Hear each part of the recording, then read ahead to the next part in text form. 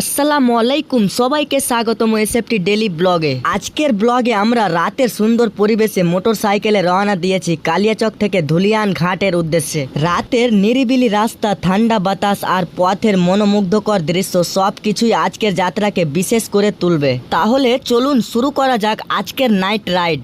এখন আমরা কালিয়াচক শহর ছেড়ে ধীরে ধীরে এগিয়ে যাচ্ছি ধুলিয়ানের দিকে। দিনের তুলনায় রাতের রাস্তা অনেকটাই ফাঁকা, তাই বাইক চালানোর আলাদা একটা অনুভূতি হচ্ছে।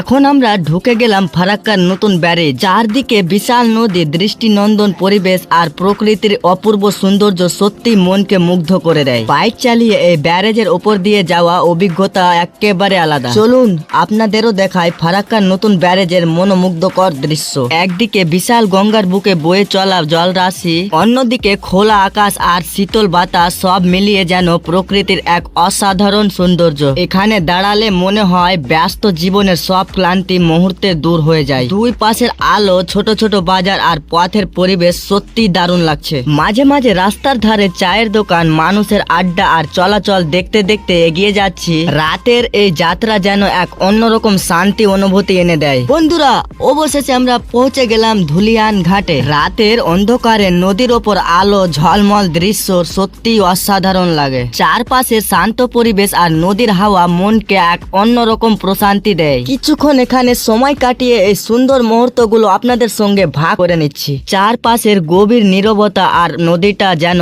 অন্ধকারের চাদরে ঢেকে গেছে। দূরে দুই একটা আলোর ঝলক ছাড়া প্রায় কিছুই দেখা যাচ্ছে না।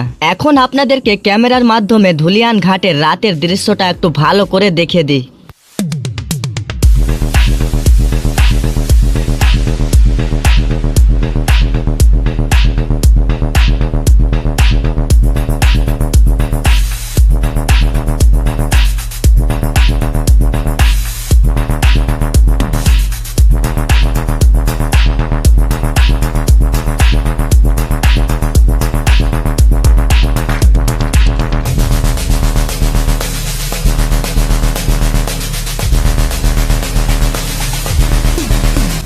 তো বন্ধুরা, অনেকক্ষণ ঘোরাঘুরি করার পর বেশ খিদে পেয়ে গেল, তাই আর দেরি না করে রাস্তার পাশে একটি চটপটির দোকানে চলে এলাম। ভাবলাম এখানকার বিখ্যাত চটপটিটা একবার খেয়ে দেখি। সত্যি বলতে ঘোরাঘুরির পর গরম গরম চটপটির স্বাদ যেন আরো বেশি জমে গেল। তো বন্ধুরা, খাওয়া দাওয়া শেষ করে এবার আমরা বাড়ির উদ্দেশ্যে রওনা দিচ্ছি। আজকের ভ্রমণটা এখানেই শেষ করছি। আশা করি আজকের ভিডিওটি আপনাদের ভালো লেগেছে। যদি ভালো লেগে থাকে তাহলে ভিডিওটি লাইক করবেন, শেয়ার করবেন, আমাদের চ্যানেলটি সাবস্ক্রাইব করতে ভুলবেন না। আবার দেখা হবে নতুন কোনো জায়গা, নতুন কোনো ভ্রমণ আর নতুন কোনো একটি ব্লগে। ততক্ষণ পর্যন্ত সবাই ভালো থাকবেন, সুস্থ থাকবেন। আসসালামু আলাইকুম।